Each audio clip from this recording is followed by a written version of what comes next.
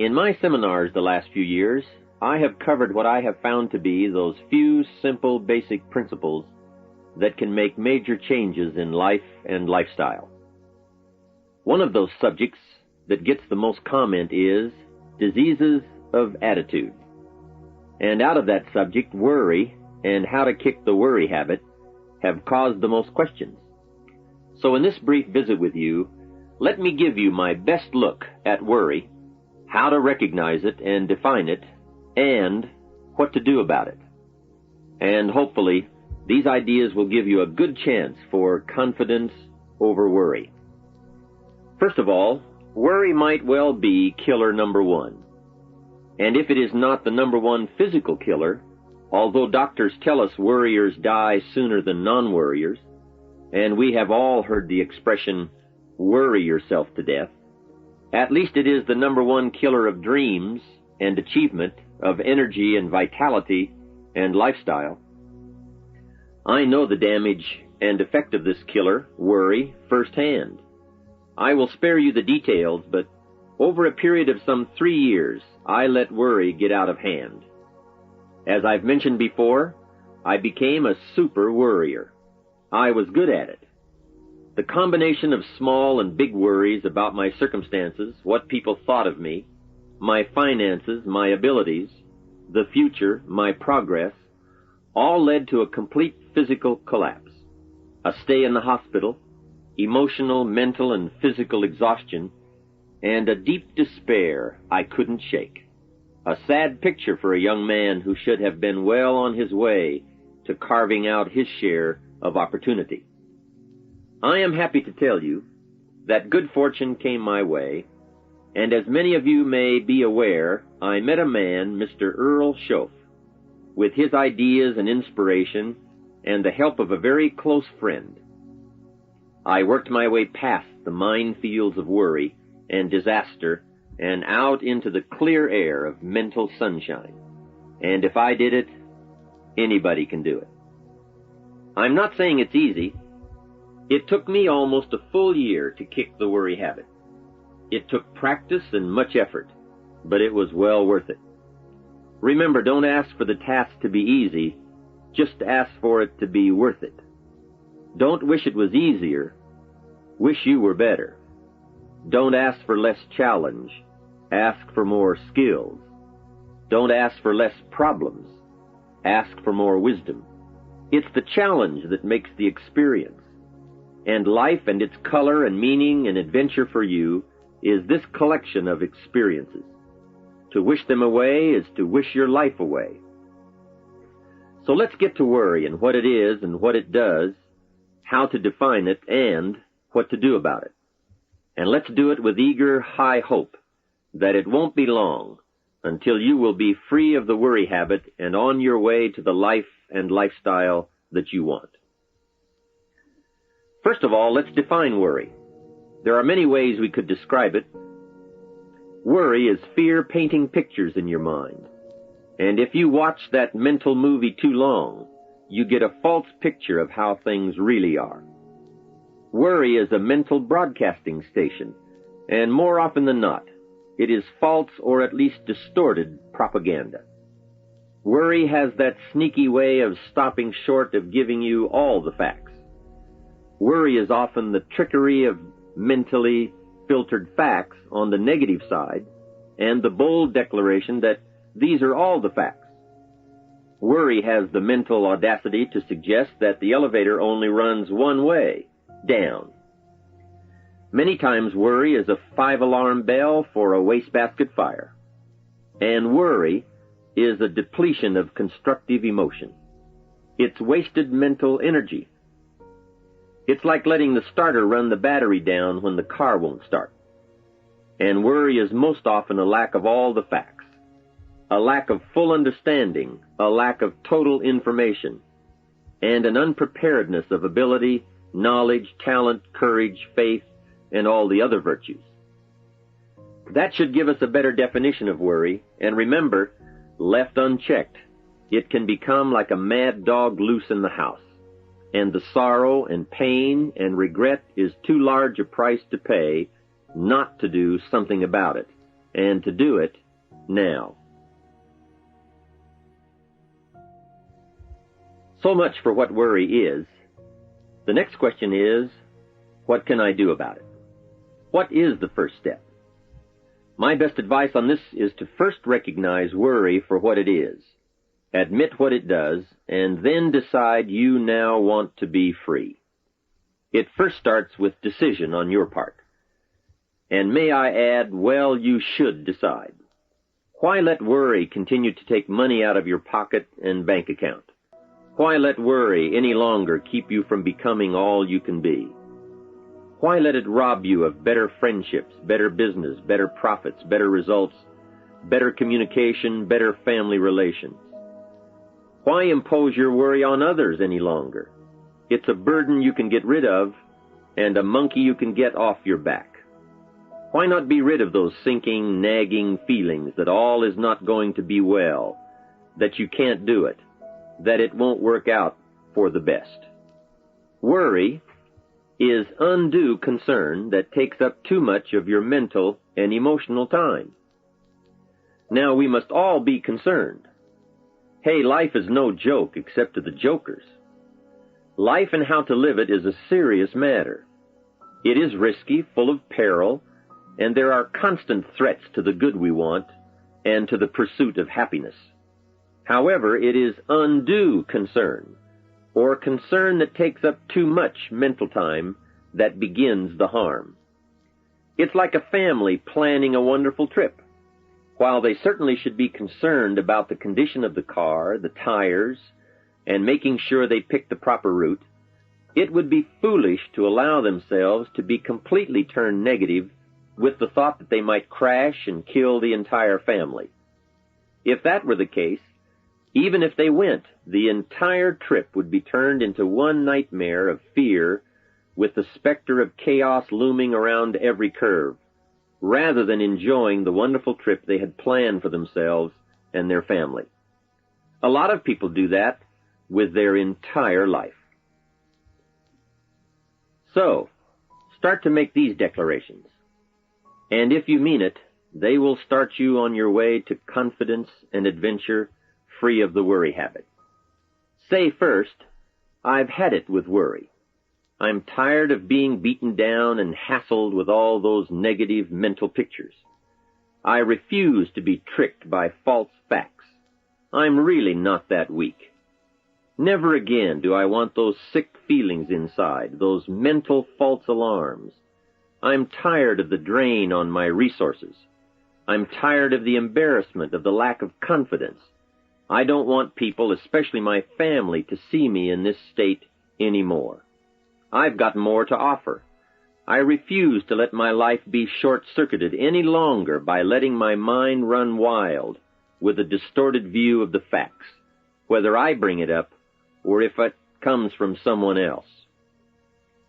Prove it to yourself. Think back over all the things that you worried about, all the fantastic, catastrophic events that your well-meaning advisors had told you were going to happen. Be pleased that none of them ever happened to you, or else you would not be alive today. 90% of the things you worry about never happen anyway. All of us have had these well-meaning advisors who want to appear larger in the eyes of those they wish to advise, and who immediately rear back and describe every single bad option they can think of that might possibly happen. By the time they have finished, the one who has come for some confidence and some help wonders why he even bothers to live anymore. And the fact is, those things are never really going to happen anyway. Bring to question now what your mind tells you or what others tell you, and pledge not to go for false alarms. I've had it is a good beginning. This first step will start you arguing with your worry thoughts. Soon you will start to examine your fears and worries to see if they are valid, and you won't let your mind play those mental tricks any longer. It is possible to destroy any emotion you have, including worry and fear, by a very simple process, and that is, analyze it to death. Drag it out on the table and look at it. Weigh it against all of your past experiences.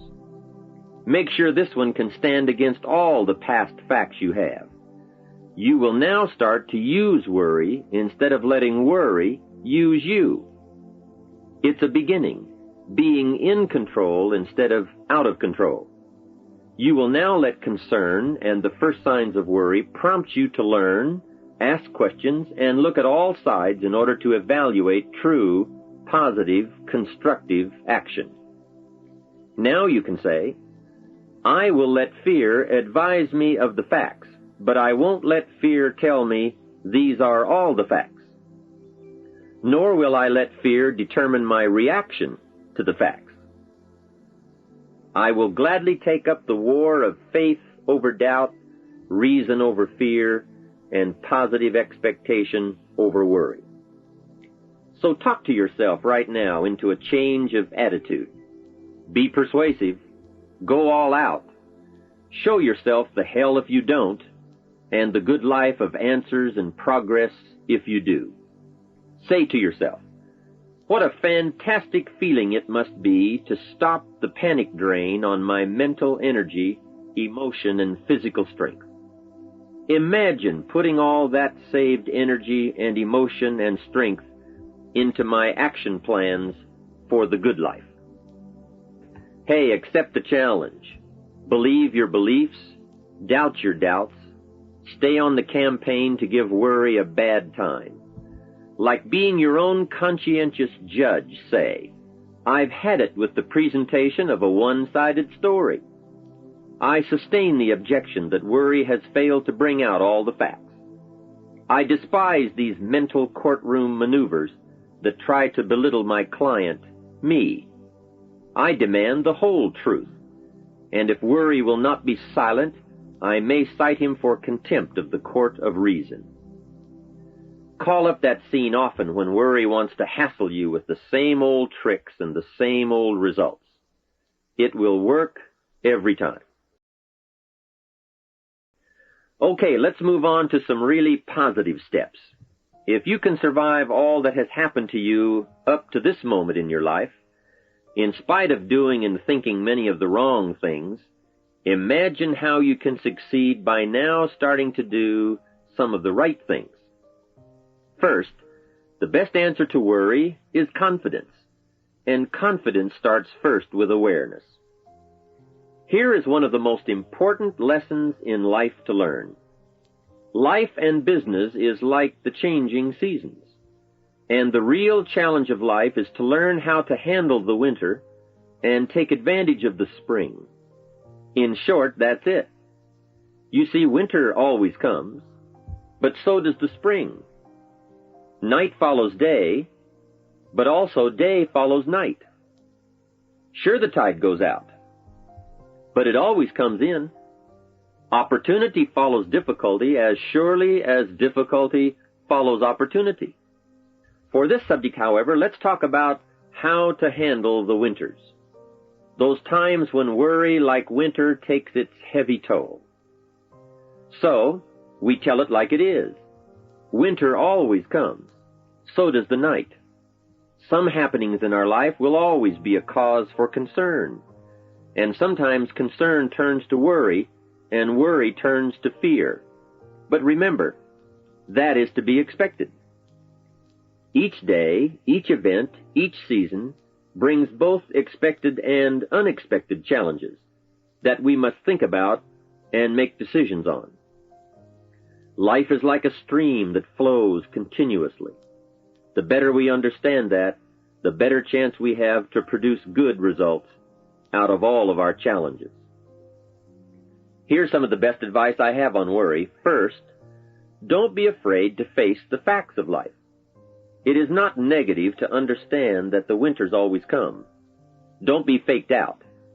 Don't clip the word impossible out of the dictionary. Sure, the Bible says all things are possible. Don't say, I don't want to hear the problem. I don't want to see the difficulty. Don't show me the weeds. Don't say anything negative. Only see the positive. That's foolish. There is a thin line between positive thinking and kidding yourself.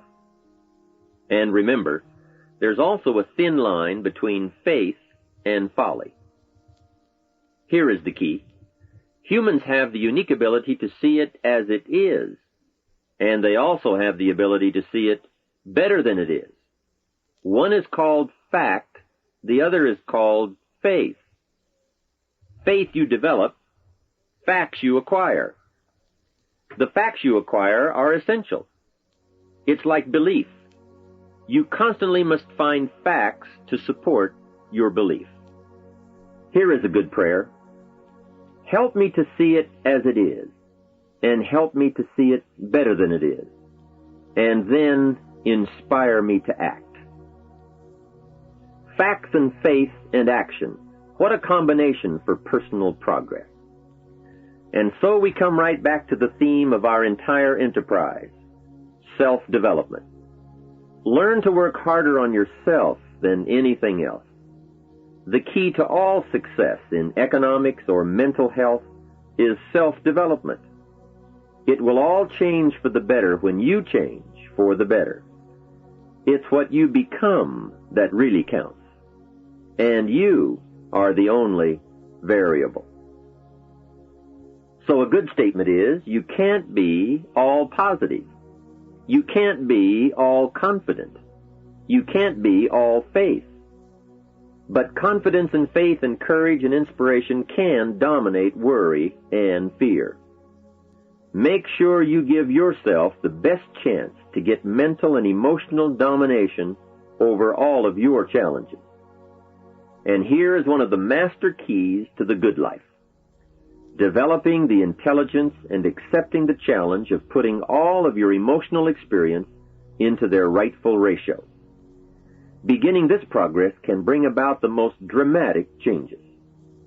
You see, disappointment is like winter. It always comes. It is foolish to say, don't be disappointed. But you must learn to discipline your disappointment. If it dominates 51% of your time, you're in trouble. Continued heavy disappointment is like 12 months of winter, and 12 months of winter leaves very little alive. Use the guidelines of seasons to adjust to all the meaningful things that happen to you.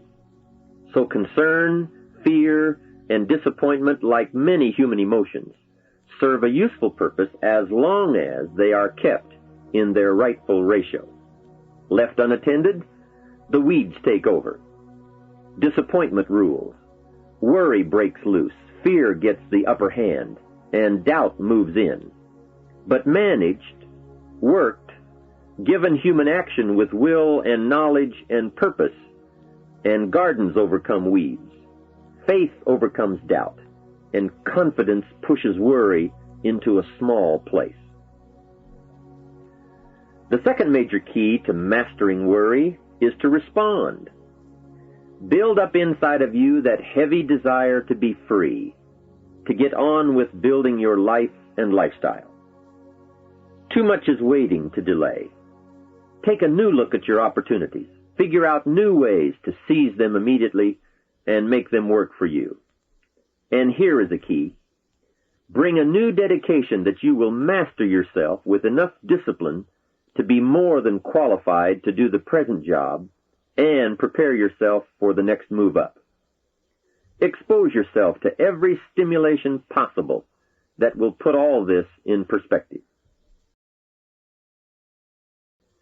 Now let's move on to a very important point, and that is, the best answer to worry is confidence. First, self-confidence. I can better handle next winter. I have a strong shelter. It is stocked with supplies. I now know how to take advantage of the spring. I'm going to plant better crops and bigger crops. I can last through the summer. I won't quit this time. I'll study weeds and how to get rid of them. I'll be less frightened of the changing weather and the quick storms. In the fall, I will exercise more care and reap what I have without complaint and blame nothing for the amount of my harvest.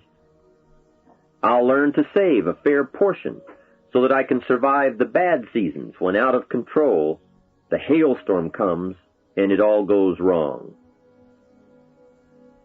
Now we must consider this. The most fatal deterrent to self-confidence is guilt. Not doing all you know how to do to the full extent of your present ability weakens the foundation for confidence. The biggest part of worry comes from the lack of this personal confidence. And lack of confidence comes from two major things. First, no goals or plans. And second, no daily discipline to achieve. The inaction to cure or handle small tasks is what starts the guilt process. And that always tends to make you look at what's wrong and expect the worst. So listen to the voices of creative experience.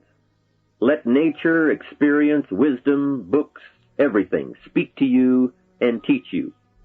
Remember, both opportunity and challenge await action. Everything yields to diligence. It's not what you can do, it's what you will do that counts. And undeveloped ability comes from three problems. First, lack of inspiration to find out. Second, lack of reasons to learn. And third, lack of applied time and action for developing those abilities. Remember, humans are remarkable, a marvelously functioning entity.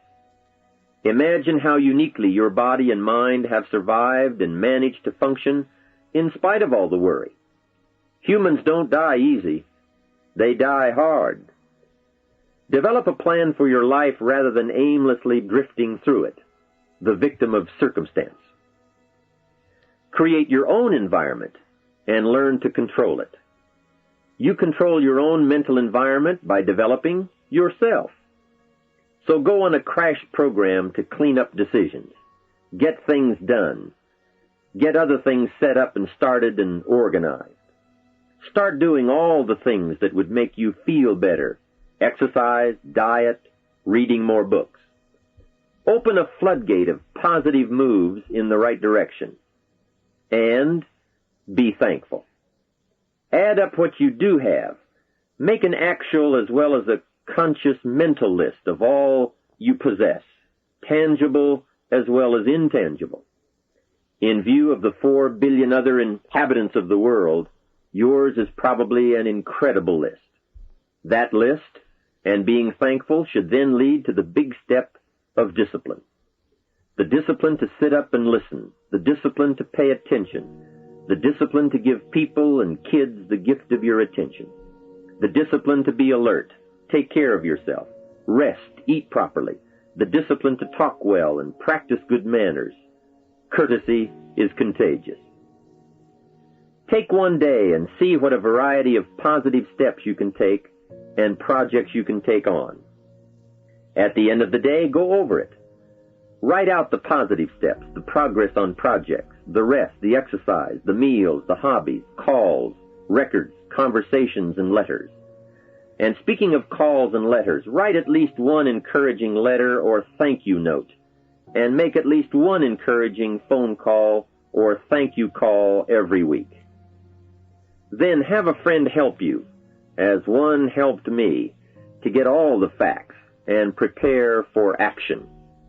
From such a friendship, the greatest gift you can draw is the truth. To one of my dearest friends I said just the other day, as my friend, do me the one best thing you can do for me, and that is, tell me the truth. From there I can grow. I can start making wise decisions. To sum it all up, first understand what worry is. You now know that it can be beneficial and destructive, depending on your awareness. Next, resolve to be free of the habit. That job is up to you. To work on yourself, to get the right attitude. Next, start the daily action of first cleaning up all your current situations. Remember, little achievements lead to confidence that conquers guilt. Then buy up every challenge to reach your goals. You can now handle it, the winter, the spring, the harvest. Bring a new zeal to every problem, to every fear, to every opportunity. The inspiration from it all and the immediate and future progress that will someday give you a view from the top of your goals, your adventure, and your achievements.